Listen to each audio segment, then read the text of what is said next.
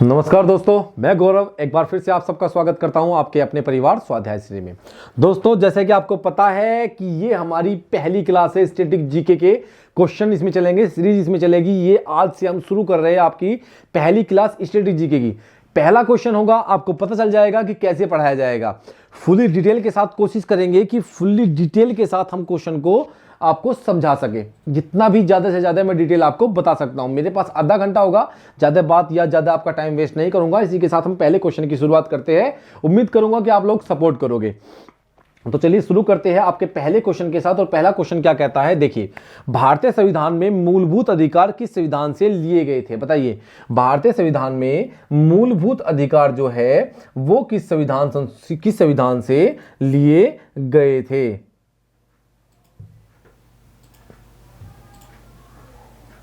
दोस्तों, एक मिनट के लिए मैं कुछ थोड़ा सा भूल गया हूं, थोड़ा सा एक मिनट के लिए बस। ठीक है, चलिए, ठीक है, आप समझ में आ गया। थोड़ा सा बहुत दिन हो गए थे ना, लंबे टाइम में क्लास लिए।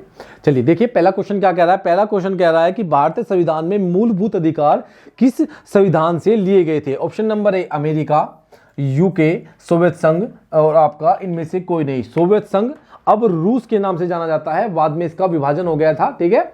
और आपको पता है रूस और यूक्रेन का युद्ध चला हुआ है, बाद में उसके बारे में बात करेंगे। अभी क्वेश्चन पे आते हैं हमारे। तो क्वेश्चन का जो राइट आंसर होगा वो होगा अमेरिका से लिए गए थे। कहां से? अमेरिका। ऑप्शन नंबर ए इसका राइट आंसर हो जाएगा। देखिए, वर्तमान में हमारे संविधान में कितने मौलिक अधिकार हैं? वर्तमान में हमारे संविधान में 6 मौलिक अधिकार है। कितने हैं? 6। लेकिन क्या ये हमेशा से 6 थे? नहीं, पहले ये कितने थे? 7 थे। कितने थे? 7 थे। एक कौन सा हटाया वो हम जानेंगे अभी थोड़ी देर में, ठीक है। अभी कितने हैं वर्तमान में? वर्तमान में 6 हैं और पहले कितने थे? 7। अगर अनुच्छेद की बात करता हूं तो इनके जो अनुच्छेद होंगे, अनुच्छेद में पूरा नहीं लिखूंगा, अनुच्छेद जो होंगे, अनुच्छेद होंगे हमारे 12 से लेकर 35 तक। कहां तक? 12 टू 35, 12 टू 35, ठीक है ना। 12 से 35 तक इनका वर्णन दिया गया है। मौलिक अधिकार क्या होते हैं? मौलिक अधिकार होते हैं कि मौलिक अधिकार सरकार को व्यक्तिगत स्वतंत्रता का अतिक्रमण करने से रोकते हैं। मौलिक अधिकार जो होते हैं सरकार को व्यक्तिगत स्वतंत्रता का अतिक्रमण करने से रोकते हैं। अगर हमारे मौलिक अधिकारों का हनन होता है तो हम कहां जा सकते हैं? तो हम सुप्रीम कोर्ट या फिर हाई कोर्ट जा सकते हैं। कहां पर? सुप्रीम कोर्ट या हाई कोर्ट। सुप्रीम कोर्ट अनुच्छेद 32 के अनुसार हमारा संरक्षण करता है, या कह सकते हैं मौलिक अधिकारों का संरक्षण करता है। और हाई कोर्ट 226 अनुच्छेद 226 के तहत आपका मौलिक अधिकारों का संरक्षण करने का अधिकार रखता है। तो मौलिक अधिकारों के संरक्षण के लिए हम सुप्रीम कोर्ट और हाई कोर्ट दोनों जा सकते हैं। ये राज्य और केंद्र दोनों के विरुद्ध हमें मिले हुए हैं। कोई भी हमारे व्यक्तिगत स्वतंत्रता का हनन नहीं कर सकता। अगर करता है तो हम सुप्रीम कोर्ट या हाई कोर्ट जा सकते हैं। मौलिक अधिकार वर्तमान में 6 हैं और पहले कितने थे? 7 थे। अनुच्छेद 12 से लेकर 35 तक इनका वर्णन दिया गया है। अगर मैं बात करता हूं आपको, मैं इसके बारे में आपको थोड़ा समझाना चाहता हूं। पहले क्वेश्चन को हम समझेंगे कहां पर? अभी हम यहां पर इसे समझ लेते हैं, ठीक है। एक पेज हमारे पास होगा, इसमें ये रहा, ठीक है। तो आज के बाद इस बात को ध्यान रखा जाएगा कि 1-2 क्वेश्चन के बाद कोई पेज में रखवा लूंगा ताकि मैं आपको डिटेल में इसमें समझा सकूं, ठीक है।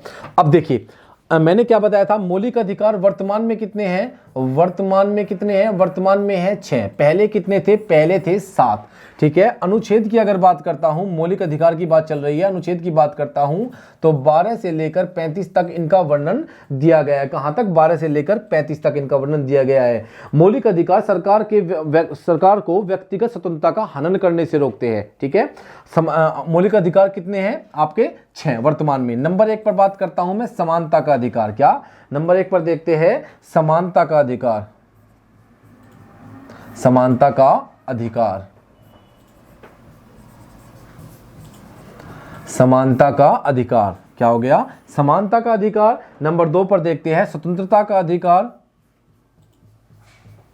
स्वतंत्रता का अधिकार, ठीक है। नंबर 3 पर देख लेते हैं हम, शोषण के विरुद्ध अधिकार। क्या देखते हैं? शोषण के विरुद्ध अधिकार। शोषण के विरुद्ध,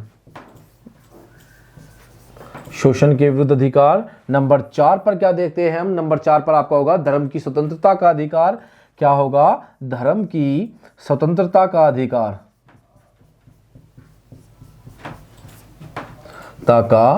अधिकार, धर्म की स्वतंत्रता का अधिकार। और नंबर 5 पर हम क्या देखते हैं, संस्कृति एवं शिक्षा संबंधी अधिकार। क्या है, संस्कृति व शिक्षा संबंधी अधिकार। क्या है, शिक्षा संबंधी अधिकार। और नंबर 6 पर क्या है, नंबर 6 पर है आपका संवैधानिक उपचारों का अधिकार। जगह नहीं बची है, बाद में लिख दूंगा, पहले से समझ लीजिए। समानता का अधिकार की अगर बात करता हूं 14 से लेकर 18 तक, अनुच्छेद 14 से लेकर 18 तक इनका वर्णन दिया गया है। स्वतंत्रता की अगर मैं बात करता हूं तो स्वतंत्रता की बात करता हूं तो 19 से लेकर 22 तक इनका वर्णन दिया गया है। 19 से 22 तक इनका वर्णन दिया गया है। शोषण के विरुद्ध अधिकार, अगर मैं बात करता हूं शोषण के विरुद्ध अधिकार 23 से लेकर 24 में इनका वर्णन दिया गया है, 23 और 24 में, ठीक है। और अगर बात करता हूं धर्म की स्वतंत्रता का अधिकार, तो ये आपका कहीं में आपका 25 से लेकर 28 तक इसका वर्णन दिया गया है। कहां से, 25 से 28, 25 to 28 में इसका वर्णन दिया गया है। अगर बात करता हूं संस्कृति एवं शिक्षा संबंधी जो अधिकार है, उसका जो अधिकार दिए गए हैं वो दिए गए हैं 29 और 30 में। क्या, 29 और 30 में दिए गए हैं। देखिए, समानता का अधिकार 14 से 18 में, स्वतंत्रता का अधिकार 19 से 22 में, शोषण के विरुद्ध अधिकार 23 से 24 में, धर्म की स्वतंत्रता का अधिकार 25 से 28 में, संस्कृति एवं शिक्षा का अधिकार 29 और 30 में इसका वर्णन दिया गया है। वर्तमान में कितने मौलिक अधिकार है, 6। पहले कितने थे, पहले थे आपके कितने, 7। अनुच्छेद 12 से लेकर 35 तक इनका वर्णन दिया गया है। मैं इसको रब कर रहा हूं, आपकी समझ में आ गया, क्योंकि आगे मुझे इसमें कुछ बताना है, ठीक है। अब देखते हैं हम छठा मौलिक अधिकार। छठा मौलिक अधिकार जो सबसे इंपॉर्टेंट है वो क्या है, संवैधानिक उपचारों का अधिकार।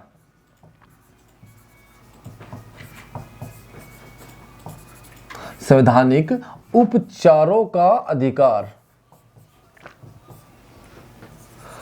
संवैधानिक उपचारों का अधिकार। क्या है, संवैधानिक उपचारों का अधिकार। देखिए, संवैधानिक उपचारों के अधिकार की अगर मैं बात करता हूं तो अनुच्छेद 32 में इसका वर्णन दिया गया है। इसका पूर्ण वर्णन 32 से लेकर 35 तक दिया गया है। कहां तक, 35 तक। अनुच्छेद 32 को डॉक्टर भीमराव अंबेडकर ने, डॉक्टर भीमराव अंबेडकर,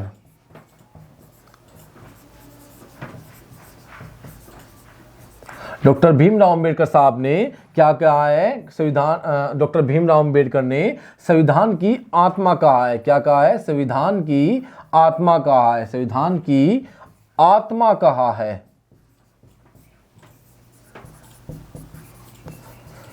क्या कहा है, अनुच्छेद 32 को डॉक्टर भीमराव अंबेडकर ने संविधान की आत्मा कहा है, ठीक है ना, समझ में आ गया आपको, संविधान की आत्मा कहा है। अब मैंने आपको 6 मौलिक अधिकार बताए हैं, और मैंने एक बात और बताई है कि आपने ध्यान दिया होगा 14 से 18 में, 19 से 22 में, आपका 23 से 24 में, 25 से 28 में, 29 से 30 में, और सीधा हम 32 पे आ गए, 32 से लेकर 35 में आ गए। लेकिन हमने 31वां छोड़ दिया। वो 31वां मौलिक अधिकार क्या था, देखते हैं अभी हम 31वां। पहले अगर मैं बताऊं तो संपत्ति का अधिकार था। क्या था, संपत्ति का अधिकार, संपत्ति का अधिकार। पहले इसका वर्णन कहां दिया गया था, अनुच्छेद 31 में दिया गया था। लेकिन अभी वर्तमान में 44वां संविधान संशोधन किया गया, 44वां संविधान संशोधन,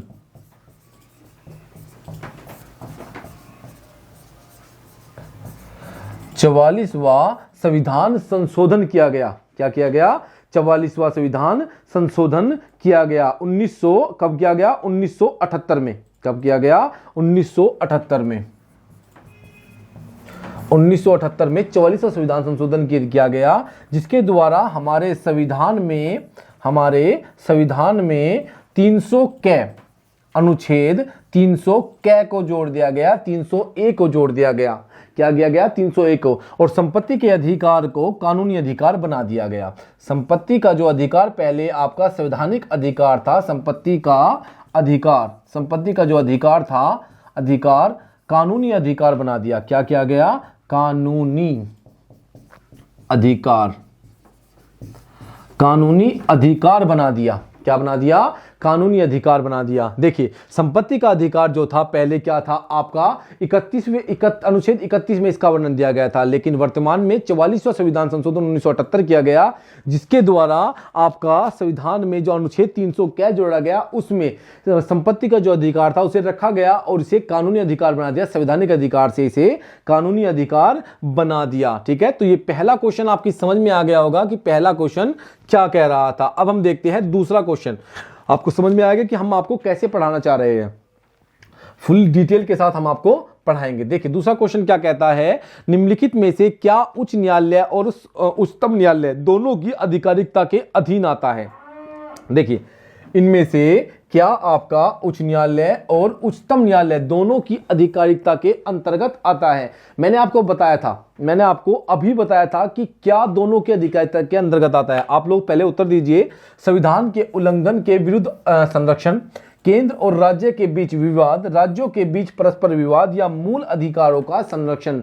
तो क्या होगा ऑप्शन नंबर ए, बी, सी या फिर डी, बताइए। तो ऑप्शन नंबर डी, मूल अधिकारों का जो संरक्षण होता है वो दोनों करते हैं। क्या करते हैं? मूल अधिकारों का जो संरक्षण करते हैं वो दोनों करते हैं। आपके सुप्रीम कोर्ट भी करता है और हाई कोर्ट भी करता है, उच्च न्यायालय भी करता है और उच्चतम न्यायालय भी करता है। ठीक है ना, दोनों मौलिक अधिकारों का संरक्षण करते हैं। अगर हमारे व्यक्तिगत स्वतंत्रता का हनन होता है, हमारे मौलिक अधिकार का हनन होता है, चाहे वो राज्य के द्वारा हो या केंद्र के द्वारा, तो हम उसकी रक्षा के लिए उसके लिए हम कोर्ट में जा सकते हैं। सुप्रीम कोर्ट या हाई कोर्ट दोनों उसके संरक्षक कहे जाते हैं और दोनों उसकी संरक्षकता का ध्यान रखते हैं ताकि उसका उल्लंघन ना हो सके। ठीक है, देखिए अगर मैं सुप्रीम कोर्ट की बात करता हूं, सुप्रीम कोर्ट की अगर मैं बात करता हूं तो अनुच्छेद 32 के तहत, और हाई कोर्ट की अगर बात करता हूं मैं हाई कोर्ट की, तो हाई कोर्ट अनुच्छेद 226 के तहत, क्या हाई कोर्ट अनुच्छेद 226 के तहत संरक्षण देता है। ठीक है, अगर सुप्रीम कोर्ट की बात करूं तो यह 5 प्रकार की रिट जारी करता है। क्या करता है? 5 प्रकार की रिट जारी करता है। ठीक है, कौन सी? बंदी प्रत्यक्षीकरण, परमादेश, निषेधाज्ञा, अधिकार परीक्षा और उत्प्रेक्षणा। क्या? उत्प्रेषणा रिट जारी करता है। कितनी? 5 प्रकार की रिट जारी करता है। पांचों के नाम मैं आपको बता देता हूं, तो लिखिए। बंदी प्रत्यक्षीकरण, परमादेश, निषेधाज्ञा, अधिकार परीक्षा या उत्प्रेषणा। क्या? उत्प्रेषण रिट। ठीक है ना, तो सुप्रीम कोर्ट 5 प्रकार की रिट जारी करता है अनुच्छेद 32 के तहत, और हाई कोर्ट जो है वो 226 के तहत क्या करता है? हमें संरक्षण प्रदान करता है। क्या करता है? संरक्षण प्रदान करता है। अब बात करते हैं तीसरे क्वेश्चन की। तीसरा क्वेश्चन क्या कहता है? प्रारंभ में कितने मौलिक अधिकार थे? जस्ट अभी मैंने आपको बताया है कि प्रारंभ में कितने मौलिक अधिकार थे। 1 मिनट पहले ही हमने इस क्वेश्चन को डिफाइन किया था और बहुत अच्छे से आपको समझाया था। देखिए प्रारंभ में 6, 7, 4 या फिर 5, बताइए कितने मौलिक अधिकार थे। तो प्रारंभ में कितने मौलिक अधिकार थे? प्रारंभ में 7 मौलिक अधिकार थे। अब वर्तमान में कितने हैं? वर्तमान में 6 मौलिक अधिकार है।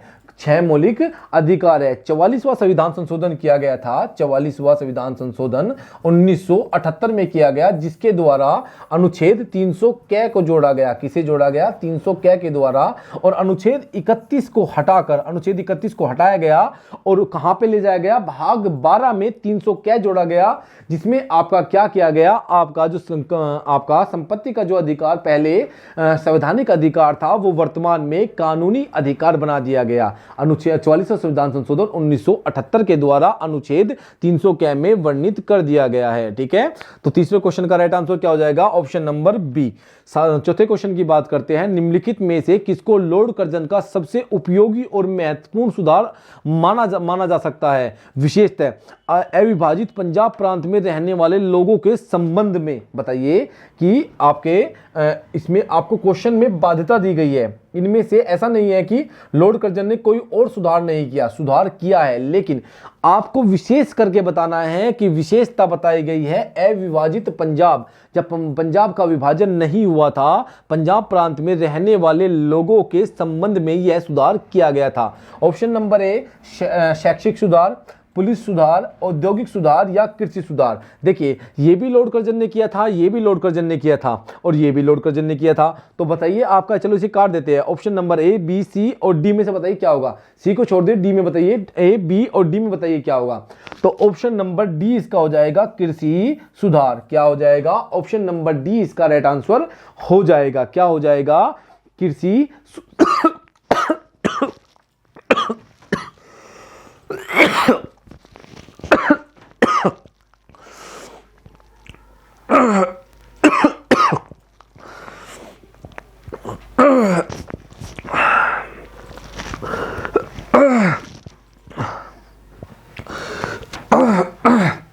सॉरी दोस्तों,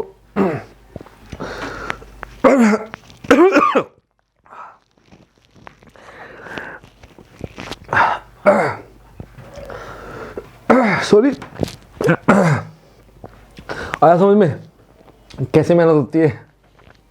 चलिए कोई बात नहीं, अपना काम तो मेहनत करना है, वो हम करते ही रहेंगे, क्योंकि कहा गया है कि मेहनत कर, अपना कर्म करना चाहिए, वो मैं कर रहा हूँ। मैं हूँ, मैडम हूँ, या फिर अपने दीपू भाई हो, 3 लोग हैं हम और मेहनत कर रहे हैं। सपोर्ट करना आपके हाथ में। चलिए क्वेश्चन नंबर 4 की जो डिटेल है वो हम इसमें देखेंगे, ठीक है ना। ऑप्शन राइट क्या था? ऑप्शन राइट था आपका कृषि सुधार, उसका राइट आंसर था। अब हम देखते हैं आपके क्वेश्चन नंबर 4 की थोड़ी डिटेल यहाँ पर देख लेते हैं, ठीक है। चलिए 1901 की अगर मैं बात करता हूं तो लॉर्ड कर्जन जो थे हमारे, 1901 में वायसराय कौन थे भारत के? और लॉर्ड कर्जन थे। एक स्टोक मनक्रिक की अध्यक्षता में सिंचाई आयोग का गठन किया गया। 1901 में स्टोक मनक्रिक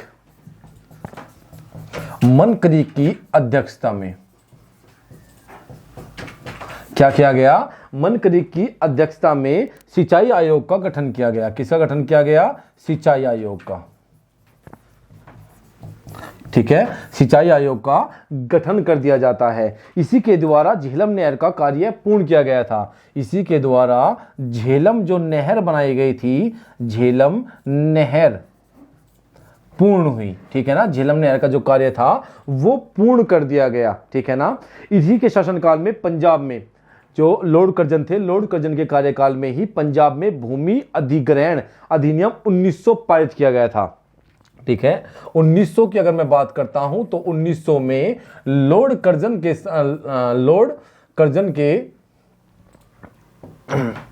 सॉरी, अगर मैं 1900 की बात करता हूं तो लॉर्ड कर्जन के शासनकाल में या कार्यकाल में ही पंजाब में क्या किया गया था? पंजाब में भूमि सुधार अधिनियम, क्या? भूमि अधिग्रहण अधिनियम।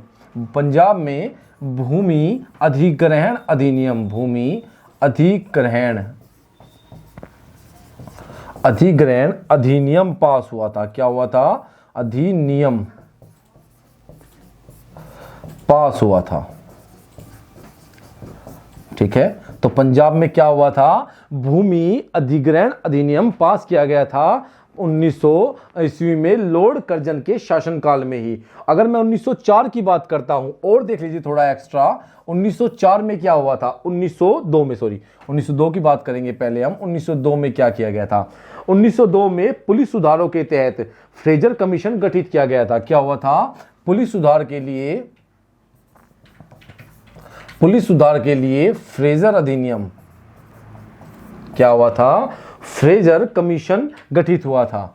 फ्रेजर कमीशन का गठन किया गया था, ठीक है। पुलिस सुधार के लिए कमीशन का गठन। ये सब किसके शासनकाल में चल रहा है? लॉर्ड कर्जन के शासनकाल में चल रहा है। अगर 1904 की बात करता हूं, 1904 में क्या हुआ? 1904 में क्या हुआ था? भारतीय विश्वविद्यालय अधिनियम बना। भारतीय विश्वविद्यालय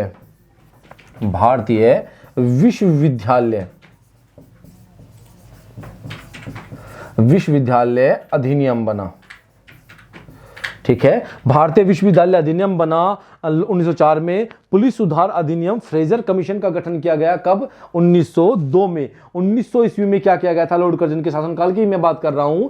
पंजाब में भूमि अधिग्रहण अधिनियम पारित हुआ था। 1901 में क्या हुआ था? आपका मनकरीक की अध्यक्षता में सिंचाई आयोग का गठन किया गया था और लॉर्ड कर्जन के शासनकाल में ही पुरातात्विक विभाग का गठन किया गया था। ठीक है, तो आपको समझ में आ गया, सब कुछ फुल डिटेल के साथ आपको पढ़ाया जा रहा है, बस आप लोग सपोर्ट करिए। थोड़ा थोड़ा मिस्टेक हो गई, मुझे एक दो क्वेश्चन ऊपर पेज रखने चाहिए थे, लेकिन वो आगे ध्यान रखा जाएगा। अब बात करते हैं क्वेश्चन नंबर 5 की। लॉर्ड कर्जन के वायसराय होने के चौथे क्वेश्चन को मैं आपको दिखा देता हूं। इसका राइट आंसर क्या था? कृषि सुधार। क्या था? ऑप्शन नंबर डी, कृषि सुधार। पांचवें की बात करते हैं। लॉर्ड कर्जन के वायसराय होने के दौरान निम्न में से कौन सी घटना नहीं घटी थी? बताइए, निम्न में से कौन सी घटना नहीं घटी थी? तो ऑप्शन नंबर ए, बंगाल का विभाजन, पुरातात्विक विभाग की स्थापना, द्वितीय दिल्ली दरबार या भारतीय राष्ट्रीय कांग्रेस का गठन। क्या? भारतीय राष्ट्रीय कांग्रेस का गठन। इनमें से कौन सा नहीं हुआ था? किसके समय में? लॉर्ड कर्जन के शासन काल में। पांचवें क्वेश्चन की बात करता हूं। अगर मैं बात करूं कि बंगाल का विभाजन कब हुआ था? 1905 में हुआ था। कब हुआ था? 1905 में। ठीक है, कब हुआ था? 1905 में हुआ था। अगर लॉर्ड कर्जन की बात करता हूं तो लॉर्ड कर्जन जो हमारे रहे थे 1899 से लेकर, जो वायसराय बने थे ये लॉर्ड कर्जन 1899 से लेकर 1905 तक रहे थे। कब तक रहे थे? 1905 तक। तो इनके कार्यकाल की घटना कौन सी नहीं है? देख लीजिए, 1899 से लेकर 1905 तक कौन सी घटना घटी थी? बंगाल का विभाजन 1905 में हुआ था। पुरातात्विक विभाग की स्थापना, मैंने कहा था कि पुरातात्विक विभाग की स्थापना लॉर्ड कर्जन के शासनकाल में ही की गई थी, 1904 में। क्या की गई थी? 1904 में। द्वितीय दिल्ली दरबार 1903 में लगा था। 1903 में दूसरा दिल्ली दरबार का गठन किया गया था। और भारतीय राष्ट्रीय कांग्रेस का गठन, भारतीय राष्ट्रीय कांग्रेस का गठन 1885 में किया गया था। कब किया गया था? 1885 में, लॉर्ड डफरिन के शासनकाल में। लॉर्ड डफरिन के शासनकाल में किया गया था। ठीक है ना, किसमें? लॉर्ड डफरिन के शासनकाल में। तो ऑप्शन नंबर डी, इसका राइट आंसर क्या हो जाएगा? ऑप्शन नंबर डी हो जाएगा पांचवें क्वेश्चन का। छठे क्वेश्चन की बात करता हूं तो भारतीय विश्वविद्यालय अधिनियम किसने पारित किया था? जस्ट अभी अभी मैंने बताया था कि भारतीय विश्वविद्यालय अधिनियम किसने पारित किया था। अभी अभी मैंने बताया था, लॉर्ड लिटन ने, लॉर्ड कर्जन ने, लॉर्ड मिंटो ने, लॉर्ड रिपन ने। भारतीय विश्वविद्यालय अधिनियम, बताइए, 1904 में गठन हुआ था भारतीय विश्वविद्यालय अधिनियम का। कब हुआ था? 1904 में। और 1899 से लेकर 1899 से 1905 तक भारत का वायसराय कौन था? Lord Curzon. तो ऑप्शन नंबर बी इसका राइट आंसर हो जाएगा, लॉर्ड कर्जन। अगर मैं बात करूं लॉर्ड लिटन की, लॉर्ड लिटन का जो कार्यकाल की अगर मैं बात करता हूं तो 1876 से लेकर 1880, 1876 से लेकर 1880 तक इनका कार्यकाल हुआ था। अगर लॉर्ड मिंटो की बात करता हूं तो 1807 से, लॉर्ड मिंटो की अगर बात करता हूं 1807 से 1813 तक। कहां तक? 1813 तक चला था इनका कार्यकाल। ठीक है ना। और लॉर्ड रिपन की अगर बात करता हूं तो 1880 से लेकर 1884, 1880 से लेकर 1884 तक चला था। कहां तक? 1880 से 1884 तक इनका शासनकाल था। लॉर्ड रिपन जो थे वो बहुत ज्यादा उदार माने जाते हैं। ठीक है ना, बहुत ज्यादा उदार माने जाते हैं। ठीक है, लॉर्ड रिपन को। अब बात करते हैं सातवें क्वेश्चन की। सिंधु घाटी सभ्यता में निम्नलिखित स्थानों में से कौन सा स्थान सिंधु नदी के किनारे स्थित था? देखिए दोस्तों, अगर मैं फुली डिटेल में बताऊंगा तो मुझे 1 घंटा चाहिए पढ़ाने के लिए आप लोगों को, ताकि मैं 25 क्वेश्चन करा सकूं। लेकिन मैं आधे घंटे में 25 क्वेश्चन नहीं करा सकता, इतनी डिटेल के साथ तो नहीं करा सकता। मैं अपना बेस्ट दे रहा हूं और मैं ऐसे ही कराऊंगा, चाहे मेरे से 10 क्वेश्चन हो, मुझे कोई दिक्कत नहीं है। क्योंकि मैं 10 के साथ साथ जो आपको डिटेल कराता हूं वो आपके लिए कम से कम 30 क्वेश्चन का काम करती है। 10 क्वेश्चन 30 में बदल जाते हैं, चाहे देख लेना। इतनी डिटेल में आपको बताता हूं, तो मैं इतना ही कर सकता हूं। अगर आप ज्यादा से ज्यादा हमें सपोर्ट करोगे, ज्यादा से ज्यादा लोगों तक शेयर करोगे, अपने परिवार से ज्यादा लोगों तक जोड़ोगे, तो हम उस लायक बन सकते हैं कि हम 1 घंटा लाइव क्लास देंगे सामने खड़े होके। तो फिर आराम से हम और ज्यादा आपको करा सकेंगे। बस अब आपके ऊपर डिपेंड है, हम कर रहे हैं जो हमसे हम कर सकते हैं। देखिए, सिंधु घाटी सभ्यता में निम्नलिखित स्थानों में से कौन सा सिंधु नदी के तट पर बसा था? बताइए, सिंधु नदी के किनारे। लोथल, मोहनजोदड़ो, कालीबंगा या फिर हड़प्पा। ऑप्शन नंबर डी जो लिखा हुआ है वो हड़प्पा आपको दिखाई नहीं दे रहा होगा, मैं बता देता हूं, ऑप्शन नंबर डी हड़प्पा लिखा हुआ है। देखिए जो इसका राइट आंसर हो जाएगा वो हो जाएगा मोहनजोदड़ो। मोहनजोदड़ो जो है वो सिंधु नदी के किनारे बसा हुआ था। कहां पर? सिंधु नदी के किनारे बसा हुआ था। अगर हड़प्पा की बात करूं तो रावी नदी के तट पर बसा हुआ था। कहां पर? रावी नदी के तट पर बसा हुआ था। अगर सिंधु मोहनजोदड़ो की, पहले मोहनजोदड़ो को समझ लेते हैं हम थोड़ा सा। मोहनजोदड़ो जो है ये पाकिस्तान के सिंध प्रांत के लरकाना जिले के सिंधु नदी के दाएं तट पर बसा हुआ है। देखिए ये मोहनजोदड़ो की अगर बात करता हूं तो पाकिस्तान के सिंध प्रांत के लरकाना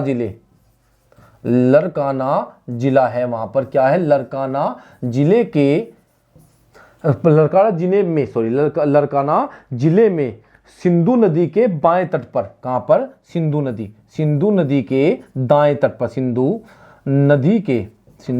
नदी के दाएं तट पर बसा था। कहां पर बसा था? दाएं तट पर बसा था। ठीक है, सिंधु नदी के दाएं तट पर। अगर बात करता हूं कालीबंगा जो है, इसे कालीबंगा का अर्थ होता है काले रंग की चूड़ियां।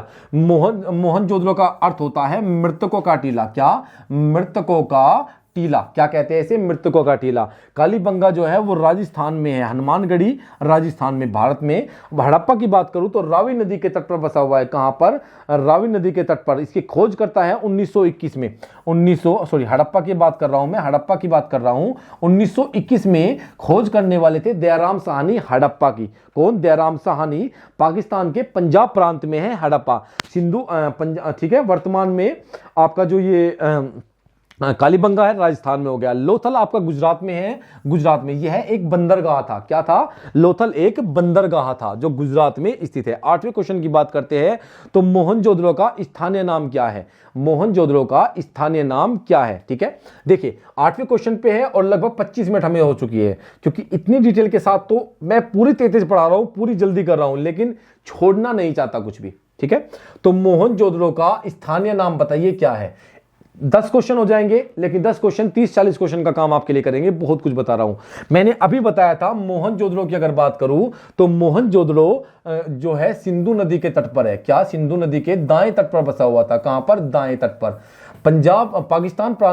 पाकिस्तान में जो पंजाब प्रांत है उसमें लरकाना जिले में सिंधु नदी के दाएं तट पर बसा हुआ है। ठीक है, अगर बात करूं खोजकर्ता जो है इसके, खोजकर्ता है राखल दास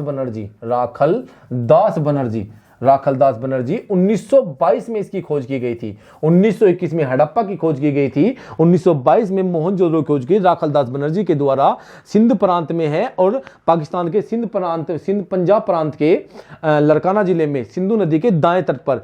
तो मोहनजोदड़ो क्या कहा जाता है? मृतकों का टीला। क्या कहा जाता है? मृतकों का टीला। क्यों कहा जाता है? क्योंकि यहां पर युग्म समाधि पाई है, युग्म समाधि यहां पर मिली थी, तो मृतकों का टीला कहा जाता है। दूसरी बात, अगर मोहनजोदड़ो की बात करूं तो मोहनजोदड़ो के सबसे बड़े जो भवन है वो है अन्नागार या धान्यागार। क्या कहा जाता है उन्हें कहा जाता है अन्नागार या फिर धान्यागार कहा जाता है। 10 क्वेश्चन तो कंप्लीट कर ही लेते हैं। मोहनजोदड़ो में सबसे बड़ा भवन कौन सा है? बताइए, मोहनजोदड़ो में सबसे बड़ा भवन। मैंने अभी बताया है कि मोहनजोदड़ो का सबसे बड़ा भवन कौन सा है? धान्यागार, या इसे अन्नागार भी कहते हैं। क्या कहते हैं? अन्नागार। इसकी लंबाई की बात करूं, इसकी जो लंबाई होगी वो होगी 45.72 मीटर। क्या? 45.72 मीटर। अगर चौड़ाई की बात करता हूं तो 22.86 मीटर। क्या? 22.86 मीटर होगी इसकी चौड़ाई। तो सबसे बड़ा भवन क्या हो गया? स्नानागार हो गया, धान्यागार। सिंधु घाटी सभ्यता में लोगों की एक महत्वपूर्ण रचना मिली थी। इनमें सिंधु घाटी सभ्यता में लोगों की एक महत्वपूर्ण रचना निम्नलिखित में से किसकी मूर्ति थी? देखिए, सिंधु घाटी सभ्यता से एक मूर्ति मिली थी हमें। ठीक है, सिंधु घाटी सभ्यता से हमें एक मूर्ति मिली थी। वह मूर्ति किसकी थी? वह मूर्ति देखिए नृत्य करती हुई एक बालिका की थी। किसकी? सबसे प्रसिद्ध मूर्ति है यह कांसे की बनी हुई थी। किसकी? कांसे की बनी हुई मूर्ति थी, और नृत्य करती हुई एक बालिका की मूर्ति थी। मोहनजोदड़ो से हमें प्राप्त हुई थी। कहां से हमें प्राप्त हुई थी? मोहनजोदड़ो से। मोहनजोदड़ो। फिर से बता रहा हूं, मोहनजोदड़ो सिंधु नदी के तट पर बसा हुआ है। कहां पर?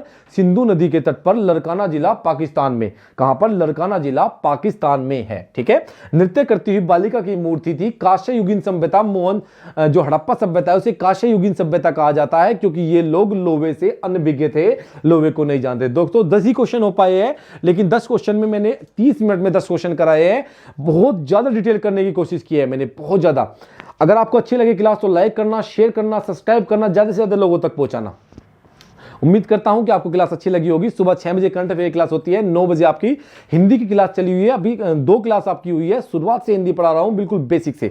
तो दोस्तों आज के लिए हम इतना ही रखेंगे। लाइक करना, शेयर करना, सब्सक्राइब करना, और आप हमें फॉलो कर सकते हैं इंस्टाग्राम पर, ट्विटर पर, फेसबुक पर। सबके लिंक आपको डिस्क्रिप्शन में नीचे मिल जाएंगे। अगर यह पीडीएफ आपको चाहिए तो ये पीडीएफ आपको टेलीग्राम पर मिलेगी, बस आपको कमेंट करना है और वहां पे जाके फॉलो कर देना है। ओके दोस्तों, तो आज के लिए हम इतने रखेंगे। आप सबका बहुत बहुत धन्यवाद।